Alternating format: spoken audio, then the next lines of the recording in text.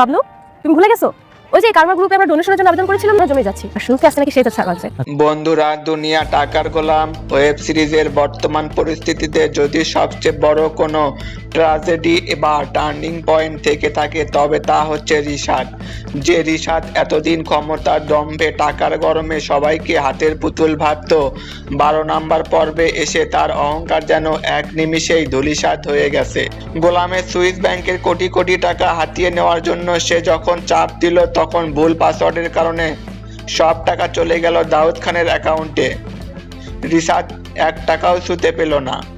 অফিসে এসে রিশাদ জানতে পারলো তার আর কোনো ক্ষমতা নেই। ফাতেমা ম্যাডাম তার দেওয়া সব পাওয়ার অফ অ্যাটর্নি বাতিল করে দিয়েছেন এবং ব্যাংকের সব লেনদেন নিজের নিয়ন্ত্রণে নিয়েছেন। যেই রিশাদ নিজেকে এই শহরের কিং ভাবত, সে এখন ক্ষমতার দিক থেকে পুরোপুরি জিরো। 12তম পর্বের একদম শেষ দৃশ্য আমরা দেখেছি, ফাতেমা রিশাদকে গাড়ি দিয়ে একটা নির্জন জায়গায় নিয়ে এসেছে।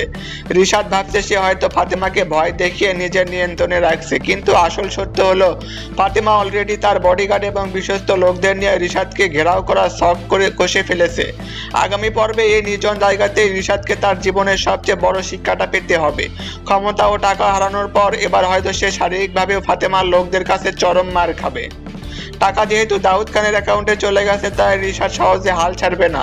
নিজেকে আবার খেলায় ফিরিয়ে আনতে রিশাদ হয়তো গোপনে দাউদ খানের সাথে যোগাযোগ করার চেষ্টা করতে পারে এবং এই ক্ষতির বিনিময়ে দাউদ খানের কাছ থেকে কিছু টাকা বা সাহায্য চাইতে পারে।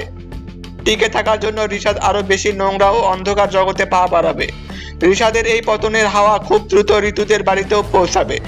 ফাতেমা যেভাবে ঠান্ডা মাথায় চাল চালাচ্ছে তাতে সে হয়তো রিশাদের শুধু মারধর করে ছেড়ে দেবে না, অফিসের জালিয়াতি এবং সে জাতের ওপর করা অত্যাচারের প্রমাণ দিয়ে রিশাদকে সরাসরি পুলিশের হাতে তুলে দেওয়া হতে পারে। আগামী পর্বে যখন রিশাদ ফাতেমার পাতা ফাঁদে আটকা পড়বে তখন হয়তো সেখানে গোলামের ছদ্মবেশে ছেড়ে আসল শেহজাদ চৌধুরী এন্ট্রি নেবে। এক থাপ্পড়ে তোর